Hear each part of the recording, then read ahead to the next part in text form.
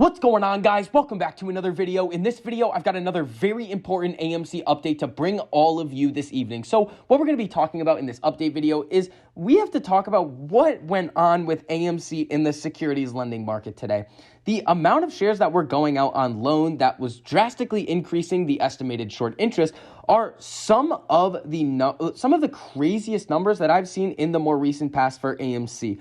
What this shows us is that these shorts are not necessarily desperately trying to push the price down, because most of them are going to be pretty green on their position, but they are really throwing the kitchen sink at AMC, trading under fundamental value. So when we think about and ask ourselves the question, is it over? Absolutely not, in my opinion. When we see the amount of shares going out on loan, the amount of quote unquote manipulation of the share price that we see every single day, and that is kind of one of the things that gives these two stocks, AMC and GME, the potential to have massive price movements to the upside, the egregiously crazy amount of short selling that we see in these stocks. So when we see the share prices fall, along with a bunch of shares going out on loan, drastically increasing the short interest, it would make sense in my mind that that is something that they would do, but they're really just furthering that can-kicking attitude that they've had towards this position. Now, in addition to this, we do have to get into what is going on with the option chain, because I do think there are some things that people are missing and don't quite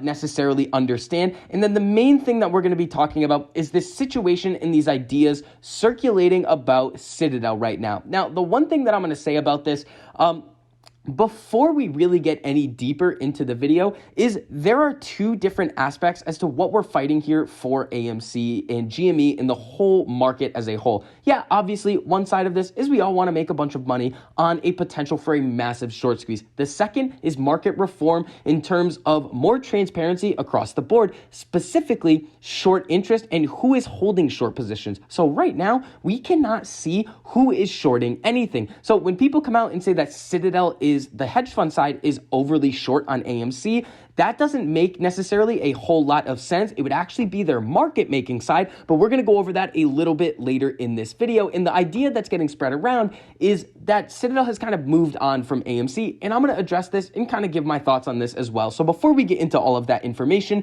if you enjoyed the information and analysis that I provide for you in this video, make sure you go down and hit that like button. It costs you nothing to do it, but it really helps us out a whole lot in getting this information out to as many people who want to learn. And if you guys want to see more videos like this, make sure you hit that subscribe button and turn on that notification bell so you're notified every time I post a new video. So today, AMC down 8.41%. Didn't make a whole lot of sense as to why this happened, besides what we're going to look at in a little bit. The market was red, but again, AMC was getting hit pretty hard. We closed the day at $18.84, and we are currently down a little bit in the after hours. So coming over to the Ortex update right here, 74.27% utilization. That number is going to increase tomorrow, with after today having 4.6 million shares borrowed against AMC, 920,000 shares returned, with a net borrow of 3.68 million shares. That is very significant to get set out on loan on any given day. Now, what this is going to do, it's not going to be enough to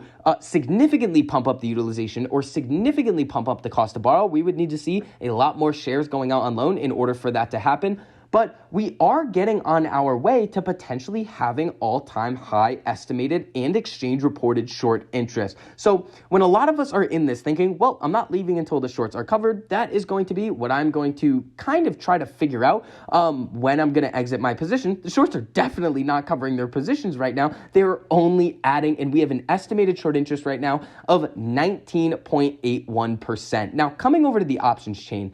So when we're looking at the January expiration date, there's only now 60,000 call contracts in the money. For the puts, 164,000 contracts in the money. So when you think about the overall exposure with what is going on in the options chain with AMC, yeah, there's going to be a really heavy concentration at those 145s, because people are viewing them in a similar way as people were viewing the $40 strike for last June. They're very different. It would have been similar if we were trading at 40 to 50, those 145s. It would have been similar to those 40s. But right now, trading sub 20, those 145s are essentially worthless now, and the market makers have made a boatload of money selling those to retail investors. So what I'm really here to try and do is not to tell you which contracts to buy in any given form.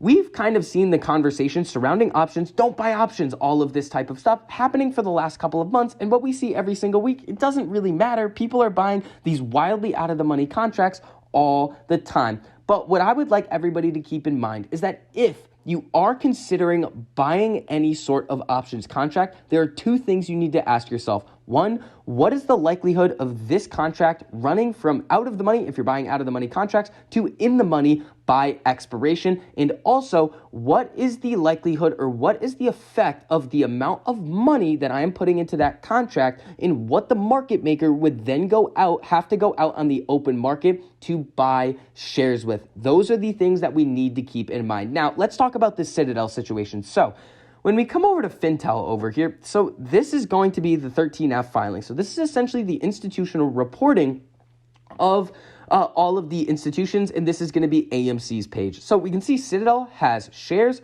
calls, and puts. Now, some people were trying to say that Citadel's position right here was new, these 33,000 shares. Not the case at all. From Q2 to Q3, which is what these numbers are reflecting, these aren't even the Q4 numbers yet. Not a lot of those have come out. Citadel decreased their position by about 75%. Now, going from Q1 to Q2 was about a very similar decrease in Citadel's long position on AMC. It was about another 80% decrease going from Q1 to Q2. So what we actually see here is Citadel, the hedge fund, according to the reported data, is net long on AMC when you look at the call position, the amount of contracts that they are holding, and the amount of shares, and then the amount of puts. So when you think about why has Citadel been labeled the big bad guy in this situation, it's due to their role as a market maker. Their hedge fund, in my opinion, is sort of irrelevant to a lot of what's going on in this short squeeze situation. It all has to lie in their market making activities and how they are hiding failure to delivers that result from their market making activities. So when we come over to this Investopedia page right here, naked shorting is the illegal practice of short selling shares that have not been affirmatively determined to exist. Ordinarily, traders must borrow a stock or determine that it can be borrowed before they sell it short. Basically, that's what we like to call the locate requirement. Ordinarily, and we right here, so due to various loopholes in the rules and discrepancies between paper and electronic trading systems, naked shorting continues to happen. But these short sales are almost always done only by options market makers because they allegedly need to do so in order to maintain liquidity in the options market. However, these options market makers are often brokers or large hedge funds who abuse the options market maker exemption. So they can abuse this exemption in order to create these naked shorts, and it is legal to do so, but it also comes in the form when a lot of people are starting to pile into the stock. What happens is that all of these orders are getting routed to the market maker in order to get filled. If Citadel or any of the other big market makers do not have enough shares in their inventory or cannot affirmatively or accurately go out in the open market and basically purchase those shares in order to take the other side of those trades, they are going to use that market maker exemption to naked short. Now, when have we seen situations like that happen in the past? Last January and last June, when we saw